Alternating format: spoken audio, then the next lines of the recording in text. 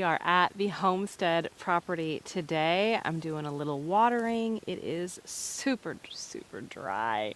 I don't think there's rain in the forecast for at least a week and a half, maybe 2 weeks, which really sucks. I try not to say that word in general, but my kids aren't here and it just sucks because we have to haul water. I have to haul water up because I want to keep my garden alive as much as possible. So I usually have a 5-gallon bucket. I'm here in the orchard where I just kind of water some certain things while we're here. I'm going to show you everything. And then we'll go up to the garden and I've got to do some watering up there. There are some exciting things to share with kind of what's going on, and I'll point those out as we get to it. But here in the orchard, I'll take you around and show you some trees. The trees in general are doing well. Now guys, I have the microphone here because this microphone doesn't have a magnet to put on my shirt. And so bear with me because I feel like the weight of it is like tilting my hat. But overall, the trees are doing well. A lot of the trees put fruit out already. So the apples, the peaches, and at least half, if not 2/3 of that fruit has already dropped from either bug damage or maybe poor health of the tree. So the trees are doing fairly well. I don't expect to have a lot of fruits this year from the apple and even the peach trees. But the persimmons and the figs, I think, are gonna go gangbusters. So I'm excited about that. All right, so right now where I am, and you can see the electric fence, the Premier One electric fence behind me. It's surrounding the orchard. And if you didn't see that video where we put the orchard in, I will link that. But I'm kind of throwing cardboard out. Whenever we have big pieces of cardboard, I am trying really hard to save it, bring it out, and smother as much of these weeds as possible. This area I'm in is very dappled with sunlight because we've got a black walnut right there behind me. Behind the camera, there's a big tulip poplar. And then I think this is an oak right here. These trees were way too big for us to take down when we put the orchard in. And we had a mulcher come in and clear this, I think back in January maybe. And these 3 trees were too big for him. So these require chainsaws, big people, and a lot of work. And the oak and the tulip poplar, for now, we're actually okay with them being in here because the shade that it's offering is really behind me and not in front of me where a lot of the fruit trees are. We do have the figs back here. I guess that's really it. It's the 3 figs that are kind of in the shade back here, and I have no doubt they're gonna just be fine. But this area gets really weedy, and so that's why I'm doing the cardboard, trying to suppress. I mean, it's gonna take a lot of cardboard. It's gonna take a lot. My goal is really by this time next year to have this entire area covered with at least 2 layers of cardboard and wood chips. So most likely this fall/winter is when we're gonna get that done. Right now it's just management and trying to keep the weeds at bay. I was here a week and a half ago and weed whacked, and you probably can't even tell. I don't know. I mean, I can tell. It's not as bad. I mean, the weeds were pretty bad. They look fairly manageable right now, but that's because I weed whacked a week and a half ago. Now, one of the hazards with that is that I now have poison ivy. So I have that. I gotta be careful of the microphone. But the worst is right here. You ready?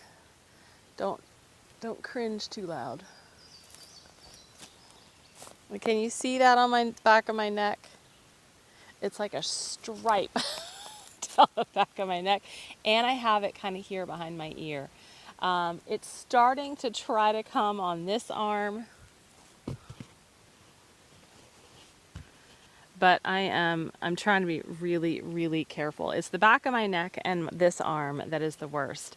And so when I was weed whacking, and I have no doubt the poison ivy is in where I'm standing. In fact, that black walnut, do you see that vine? That thing is huge. That is a hairy poison ivy, poison oak, poison sumac. I don't know. It's a hairy poison vine. And so surely it was around the base of that black walnut is where I got infected. And I'm highly, highly allergic. When we bought the property 5 years ago in 2019, we have like a 150-year-old oak that is towards the front of the property, and it was covered in the vines, just like that, if not thicker and bigger. And my husband decided he's going to climb up, he's going to start cutting it down, let's get rid of this. And so I am literally standing below the oak, and he's like, catch, catch. I don't know what I was thinking. I don't know what he was thinking. Guys, I had poison ivy for 8 or 9 months. For all of 2019, I had poison ivy because we did that, I think, in February. It was insane. I haven't had it since, but I do now. And so it's only been a week and a half.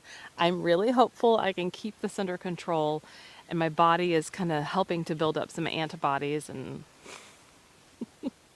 hopefully fight this. But that was one of the hazards of coming in here and trying to keep the weeds at bay and weed whack. Anyway, what I'm trying to say is the goal for this area is all wildflowers and medicinal plants. So I have 3 mullein. You saw me water the mullein plants. I've got 3 mullein in here. I've got bee balm kind of over there that's taller. And we've got the figs. I've also got elderberry cuttings from our huge elderberry like shrub tree. I'll show it to you up at the garden. Huge. I took 3 cuttings and put them in here. So we'll have actually now, we have 2 up there. So now we'll have 5 elderberry cuttings or trees. But they're kind of surrounded by the cardboard. The goal is to try to allow the shrub to grow and keep the weeds at bay. But that's one. And then within those cardboards, I've got more bee balm. I have, I think, catnip and bee balm over here. There's lemon balm. And then out in more of the sunny area, I have 2 yarrows, a feverfew, 6 lemongrass. You saw me maybe water the lemongrass. We just needed somewhere to put them, so we put them in here. But the goal is to have this kind of filled in with wildflowers as time goes on and just make this a beautiful place for the pollinators, for the bees, but also useful with some of the medicinal plants. All right, so I'm going to walk over and show you some of the specific trees. We're going to go look at the fig, this one fig first. There's 3 figs. 2 are doing a lot better than the other. It's just because one was a lot smaller to begin with. So this is the fig tree, and you can see there's a lot of growth here at the bottom. Every tree does have a comfrey. There's some calendula. There's also some lavender around some of these and borage. But comfrey is the main thing. Oh, and strawberry plants. This one doesn't have strawberry, but some of them have strawberries as well. But the fig is doing great. Oh, yep, there we go. Right there. That was the one I had seen. So we've already got some figs coming. There's some more up there. So I'm really hopeful that we'll actually get figs this year. Now, I've had these fig trees, gosh, probably 5 years. They've been in pots in our backyard at the house. Not loving that, but they're pretty resilient. So finally, now they're in the ground in their permanent home, and I actually think this year and then obviously every year thereafter, we should get some good figs. This is a pear tree. Now, it's grown rather much since we've put it in the ground, but there are no pears yet. Now, I actually don't know when pears should show up, but there's the other one that is right there. No pears yet. Now, there's 4 peach trees, and at first, I only had 2, and they looked like they were doing fairly well, and so I was really excited and bought 2 more. Now, this one's probably the worst looking one now. A lot of the fruit has fallen. You can see there's some bug damage. Some of the leaves have just kind of dropped. But there is a peach. Do you see that peach? I also see those Japanese beetles and they have got to go. So I don't have my gloves on, but I don't care. He's got to go. So peaches are not probably going to be something I'm harvesting much this year. And I really need to learn more on how to take care of these without a lot of chemicals. Now I can see more bug damage. It's got to be the Japanese beetles. But this tree has a lot more peaches. And the peaches, as of right now, look okay.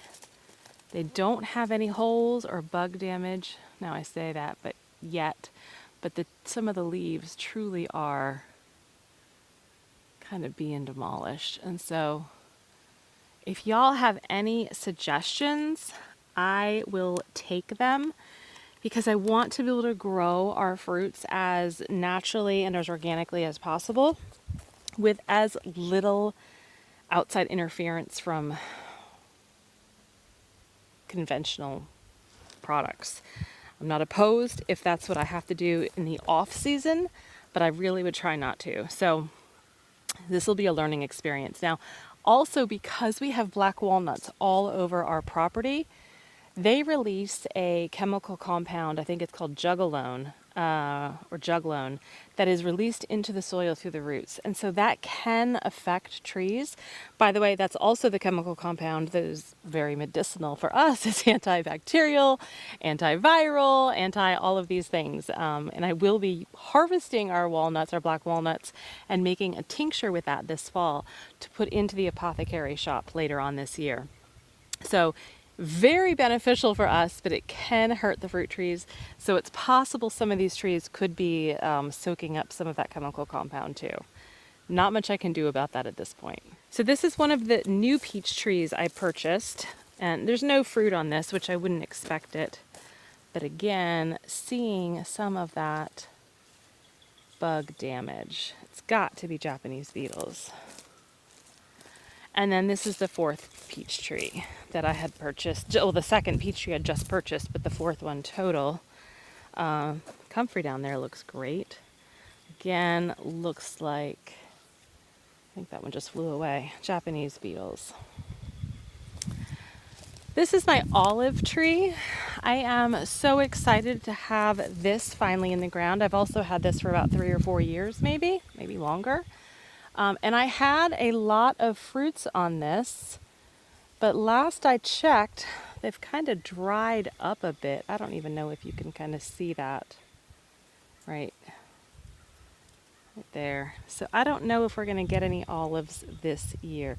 I'm trying to be realistic with the orchard this year because this is new and there are going to be things beyond our control that we're going to have to learn to work with and mitigate. So this year and probably next year is going to be a big learning experience on how to care for these trees, how to deal with the ecosystem of the bugs and the insects, and getting what we can in the best natural way. Okay, there are 7 apple trees in the orchard, starting here and then going back and then another row coming up and ending here. We got 4 in this row and 3 in this row. So 7 total. There might be 1 or 2 that are a duplicate variety, but we've got Red Rome, Granny Smith, Arkansas Black. This is a new one. When I purchased the extra 2 peach trees, I got this one as well. This is a Honeycrisp, which is my favorite apple. And so I'm really hopeful that maybe we'll actually be able to grow some Honeycrisp. This is probably the biggest one.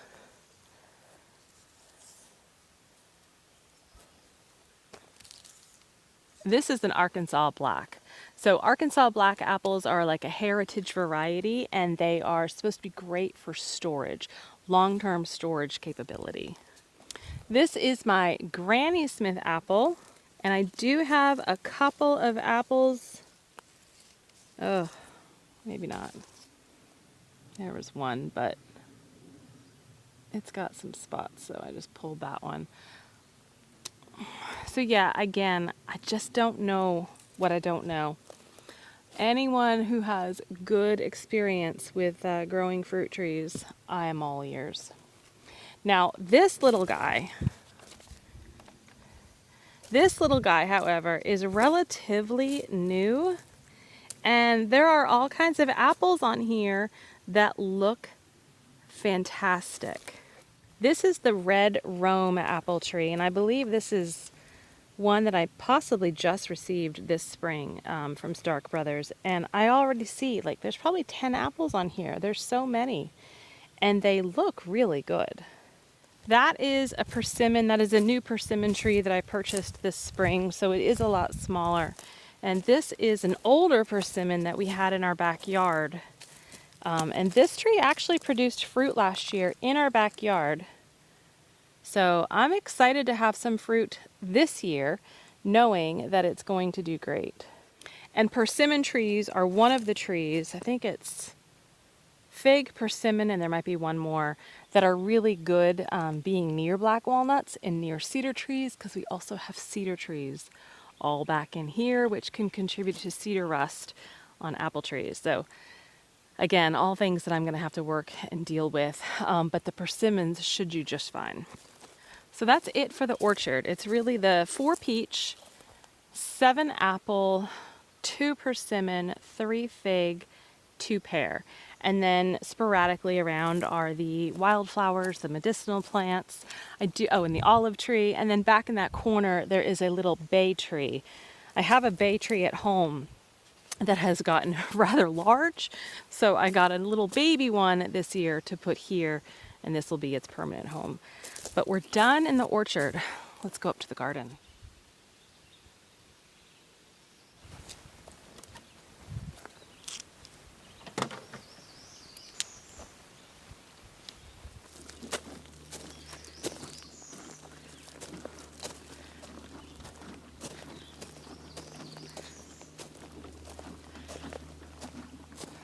All right, we're going to continue with the tour, and then I will water everything. There are a few things that I have noticed just over the past, I guess, 2 months now. The garden has been planted for about 6-ish weeks. A lot of the things that could go in earlier did, but the tomatoes and peppers are maybe 5 or 6 weeks in the ground now. I'm going to see if I can put the pictures up in the screen here so you can see. So we have cameras out here, wireless cameras, and so that we can kind of keep an eye on wildlife. We can kind of keep an eye on if anyone's trespassing or, someone's out here that shouldn't be here.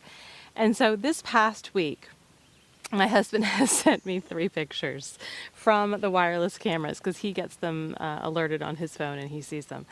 And the first one is that we knew there was something here. We knew there was an animal, like a groundhog. It was a groundhog. We knew there was something here because we kind of found the den a little bit under our trailer. We just had an idea, but we never saw him. So the first picture he sends me is of the fattest groundhog I have probably ever seen. And he captioned the picture, he's on his way to your garden for breakfast. I was like, oh my gosh, son of a gun. No, I can't have this happen. Now we have an electric fence around the garden too. And it has kept probably 95% of everything out. I mean, no deer are getting in. Last year I did have a rabbit problem, and I don't know if it's a rabbit or groundhog now that's causing the issues. I'll show them to you. But we got a little bit of a problem right now. And so then I think 3 hours later, he sent me another text with another picture. And it was basically, oh, he's going back for lunch. I was like, oh my goodness. He is feasting on my garden. And then yesterday, he sent me a picture, and it was 2 fat groundhogs, like the biggest things I'd ever seen. And I was like, oh my gosh, he brought his long lost cousin to the buffet. And so we now need to figure out what to do with that groundhog now. We know what to do. I actually said to my husband, let's trap it. Can we trap it? We need to get rid of him because he will destroy. And you know what his response was? He has been here longer than we have. It's his land. I'm sorry, what? I laughed so hard when he said that. But no, the groundhogs, we need to figure something out because some things are getting eaten. So I had sunflowers planted, just like I did last year, at all of these T-posts on my trellis. And they're like the massive mammoth gray sunflower from Baker Creek. They can get 11, 12 feet tall. And I had them all planted on the trellises. This is the only one that has survived, by the way. So it's about almost 5 feet tall now. And it looks great. But the other ones all got chewed down. And I was like, oh my goodness. So then, what's today? Today's Tuesday. So on Saturday, I came out and I planted more sunflowers. Now I had already started the seeds at home because I wanted them to get big enough to where if something's eating them, maybe it was too tall and they couldn't eat them. But nope, because look at this. And you see that one? The nub was just eaten right off. It's either the groundhog or a rabbit. I don't actually know which. But we have things that have presented itself that an animal has been getting in. And I just don't know how. I mean, logically, they'd be burying a hole, but I don't see any evidence of that. And that's why I'm so perplexed. So we'll have to figure that out. But overall, the garden's doing well. And then I see things like this. I'm hoping you guys can see this. This is one of my tomato plants. You see how all of these stems are stripped of the leaves? Can you see that? This is from hornworm damage. So I had already picked off 2 hornworms this past weekend. And you can see like he crawled from this one to this one and started doing damage there. But I haven't found a hornworm on this plant yet. So what I think has happened is that a bird found him, came down, swooped in, and took him away for lunch. But I need to do some more search and rescue on my tomato plants here, just to make sure there are no more hornworms. So besides the occasional bunny and or groundhog that is munching on some of the low-hanging fruit, pun intended, and the hornworms, overall things are really good. All right, so we're just gonna kind of show you what we've got. So within this tall kind of T-post trellis, most of these are tomatoes. There's tomatillos at the very end, and then these are all tomatoes. And then right here, these 6 plants, these are peppers. Some of them are actually putting off some pretty decent fruit. So we're going to have hopefully a good amount of peppers coming in, and we've got some here. I think these are poblanos. They're growing quite well. I haven't harvested any peppers yet. And then on the back row is mostly herbs. We've got tarragon, oregano, sage, parsley, thyme. And then in this pot, these were marigolds, because also all of my marigolds had gotten eaten. And so I started more from seed, and just look at that. Just from Saturday, 3 days ago, all of these little tops have been nibbled off. I also have some rudbeckia in here that had gotten nibbled, but is starting to come back, thankfully. Back here is marshmallow as a medicinal plant.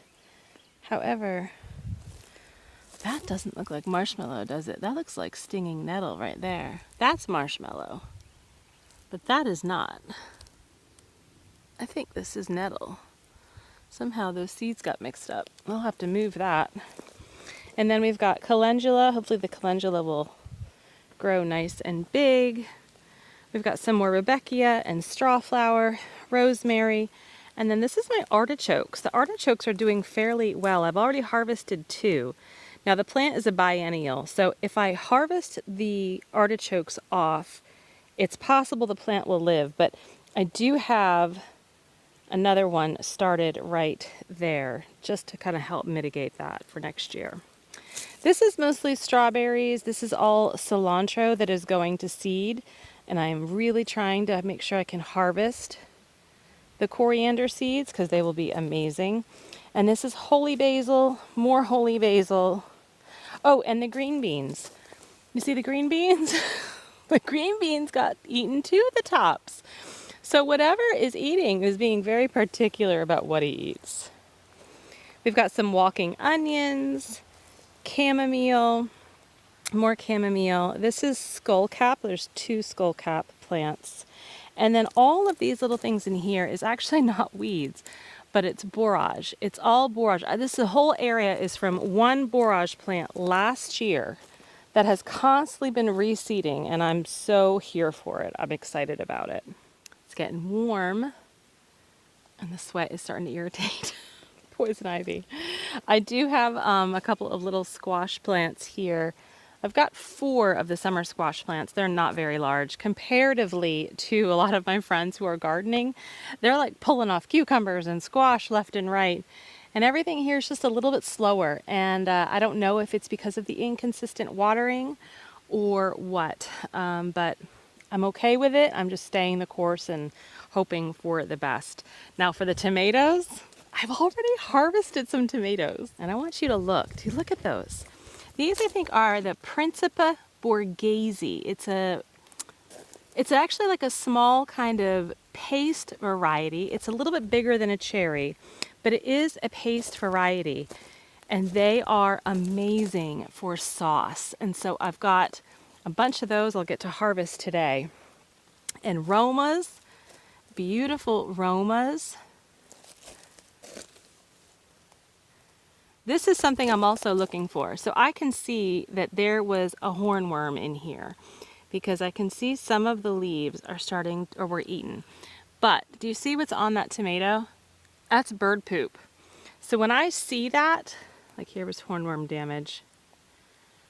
Here was hornworm damage too. But when I see the bird poop, that tells me that the birds found them and had a snack. And so if I don't find them, but I see the poop, I actually take that as a very good thing. These 2 trellises were supposed to be cucumbers, but my little mammal friend, whichever it is, bunny or groundhog, has eaten all of the cucumbers to the nub. Something is trying to come back. It could be nasturtiums, because I planted nasturtiums in as well. I don't know if it's the nasturtiums or the cucumbers yet, but we may not have cucumbers this year, which is okay because I still have a lot of pickles from last year. But interspersed around the garden is more kind of medicinal or culinary herbs. This is calendula, chive, and then out over there is plantain, more calendula. This is snapdragons, hoping to bring some beauty into the garden. And then in here, this is the squash tunnel. I am so excited to see how this takes form this summer. And then behind the electric fence, this is all milkweed, and some of the milkweed has actually come up into the garden, and I am okay with it because it's bringing so many pollinators. We've had so many, we've already got our bees, but we've had so many butterflies and bumblebees out here because of the milkweed, and they're helping to pollinate. So look, there's a baby pumpkin. Loving that. And look at that, there's already a bee in there, so that's a good sign. So we've got all kinds of squash in here. Now I don't know if I had mentioned this previously in the year, but I am growing only machada varieties. I did not do that last year. Last year I ventured out into different varieties of winter squash, and I had some squash bug problems and vine borer problems. This year, I'm going back to machada, which is what I did 2 years ago and had so much success. Moschata. So a lot of the winter squash varieties either go to the curbita, Curbita variety, or the machada variety. The machadas are a little bit more resistant to the squash bugs. Maybe the squash bugs just don't like them, but I don't have problems when I grow them, and so praying it stays that way for this year. So again, all tomatoes, and you can kind of see some of the red ones in there that are going to need to be harvested. This is Pepper Alley. We've got some peppers growing here, more of that Thai hot pepper, which I'm so excited to make our fermented hot pepper sauce with. I've got comfrey kind of throughout the garden as well. I'm using that as fertilizer, as good nitrogen. I'll just chop it and drop it throughout the garden to help fertilize the plants. This is mint. This garden bed is all peppers. You can see some more peppers growing there. Nothing has turned color yet, but all of these peppers are doing fairly well. I actually think some of these are the Jaworski peppers, also from Baker Creek, one of my favorite varieties of sweet peppers. And so I think I did a lot of Jaworski this year. Got some echinacea. We have more echinacea back here, different varieties.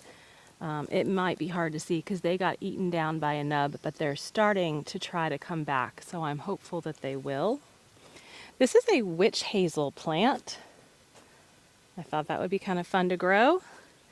You can see my barrels really, really need water. I'll talk about that in a bit. We've got a lot of basil, different types of basil in here, strawberries on the outside, as well as some nasturtiums and toothache plants. There's an eggplant. This is African blue basil with stevia, and then we have leeks. I grew these leeks from seed earlier this winter, February or January maybe, and I am so excited with how they're coming. I've never grown leeks before, let alone from seed, so I'm really hopeful. Another eggplant, and then here is some more of those tomatillos. I've already harvested some. You can see they're just doing wonderful. Now, I see this, right? So I see all, like this particular tomatillo plant. You would think that's hornworm, but what I actually think that is our mammal friend, or our mammal not so friend. I think he is chomping down on the tomatillos.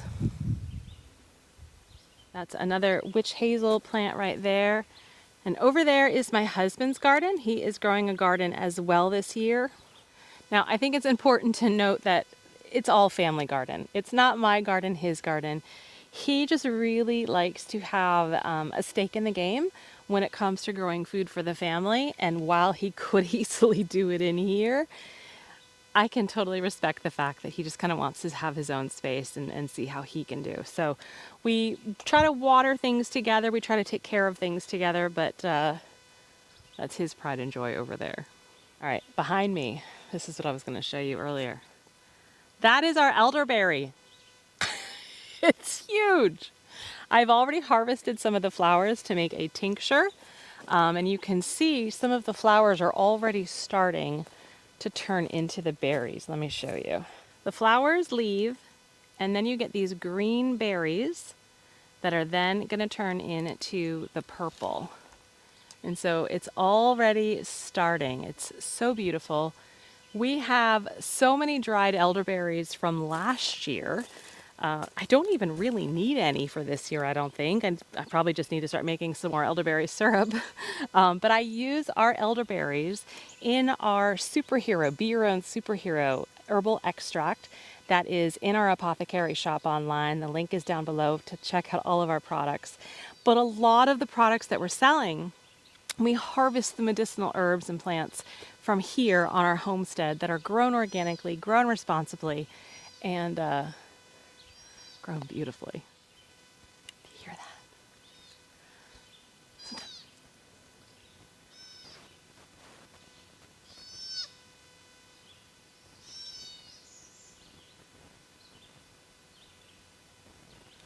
Sometimes I come out here and I hear the strangest things. I don't know if that's a bird or a mammal. Now I have an app on my phone that could probably tell me, but my phone's in the car. But it's one of the coolest things I love just about being out here is all of the wildlife. Okay, so behind our little tomato trellis, let's come back here. We've got a kind of a variety of things. So there's that other witch hazel plant. This is a peony. This is yellow dock. Yellow dock is a medicinal plant. When you harvest it, you're harvesting the root. It actually is rather invasive on our land, and I am here for it. I'm so excited about it. So this one I'm letting grow pretty big, and then I'll harvest the root, dry it, and decoct it or tincture it for you, for the Apothecary Store. And so yellow dock is very good for our liver. It helps detoxify the liver and support the liver. This is another peony, just trying to bring beauty into the garden. This is parsley that clearly our mammal friend has enjoyed. There's another yellow dock. Comfrey, you can see, so this is one that I totally chopped down and it's starting to come back beautifully. You really can't kill comfrey. This is a mullein, just like the 3 that we had in the orchard. This is lime balm, so kind of like lemon balm, but with the lime flavoring. Oh, I started that from seed and I'm really excited to have that take off. And then this is lemon balm. So lemon balm and lime balm are kind of like mint. They will explode and take over. And I'm okay with that. But right now they're in these pots because I just want them to get really well established and big, kind of like the mint I showed you earlier. That eventually will go somewhere in the ground and I will let it just flourish. This is horehound. Horehound is another medicinal plant, really good for coughs and making cough syrups and cough drops. And ever since I have put this in the ground, it's really started to do well. So I'm excited to see how that transforms because I've never grown horehound before. This is our lavender. This lavender is about 2 years old and it has spread so beautifully. And my daughter and I have already harvested a lot of the flowers and have them bundled up and drying at home to use. Oh my goodness, I just saw this. Look at that. My mammal friend has taken a bite out of my big tomato. He has got to go. I will cut off his little bites and I am still going to eat this. I am not above that. Another huge comfrey here, and comfrey puts off beautiful flowers that the bees love, and I can see a Japanese beetle hanging out under there. I'm going to get him.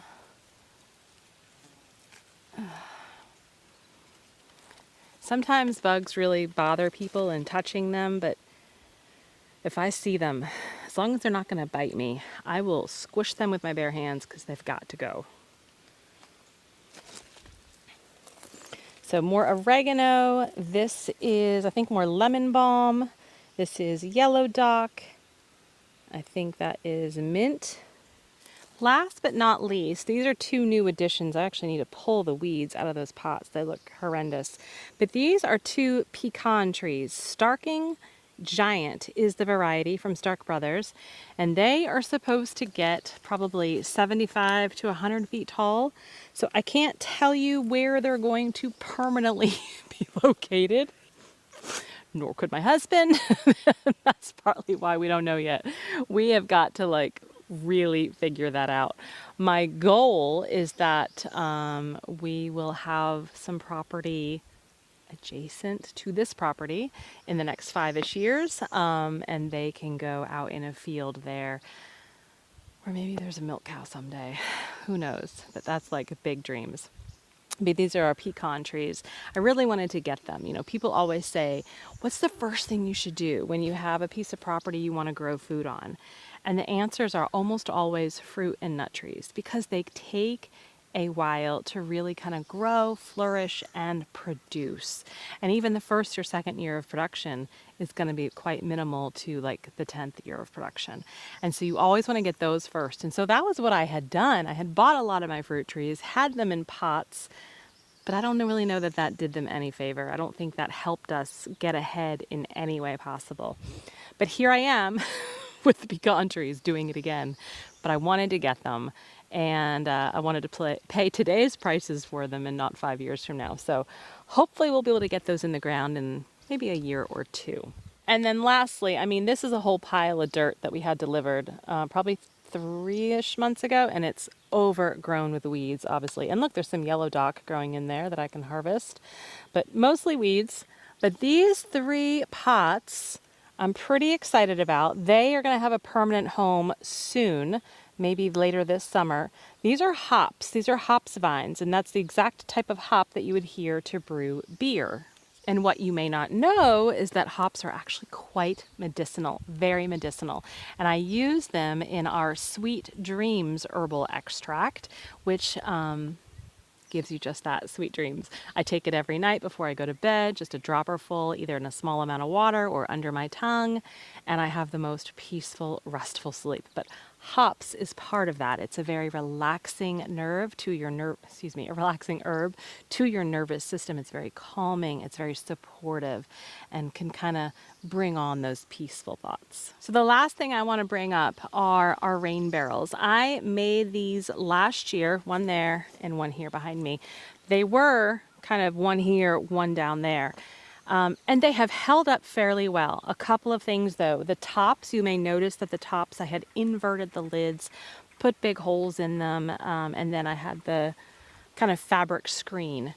The lids, the sun has totally destroyed them. They just kind of cracked and fell apart. And the bungee cords that I used to secure the screen have also fallen apart in the sun. And so right now I haven't kind of secured the mesh back on. I haven't quite figured out what I want to do or taken the time and the mental space to do so. But at some point I'll do that. For the most part, my barrels have held up very well. I mean, they've lost all last year, and I assume they're going to last this year. I don't know about past this year because, again, the sun is really quite harsh here day in and day out, and it is degrading the plastic over time. But there is something very exciting that I want to mention. I don't know if y'all can see. Can you guys see that hose? There's like a red kind of pinkish hose. So down beyond these woods, it kind of drops off. It's a steep little hill and drops off to where I have a lot of our medicinal plants in the ground. But also there is a creek. Guys, I am itching. It's poison ivy. Let me tell you, you really take for granted the ability and the joy of itching until you can't do it. Itching is one of life's greatest pleasures, but when you can't do it, it really stinks. I just had to say that. The sweat is making me itch, and I've got to be very careful.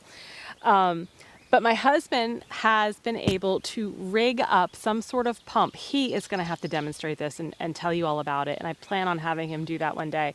But we have like a little creek down there, and with a natural spring. And so he has rigged up a pump with this hose, like a 200-foot hose, and he's able to fill my barrels. And so right now they're kind of low, and he needs to get them filled again. And he's got a rain barrel up here that he fills with it too. So whenever he's out here, he'll go down, turn the pump on, and fill my buckets. That's why both buckets are now here, so that he can fill them and I can just kind of use the spigot with my watering can and water as needed. But I brought water today because my buckets are not full. They're not really full, and there's not very much water in them, and I needed to have some. But that is the exciting part, because a lot of you have been wondering about how we're watering the garden, and I am still hauling water. But this advancement is going to help for sure. I hope this inspires you to maybe grow something, whether it be an herb or a tomato plant or a flower. Grow something. Thanks for joining me today on our garden tour. More to come for sure. I gotta go water and I've got to go harvest. Stay healthy, stay well. I will see you next time.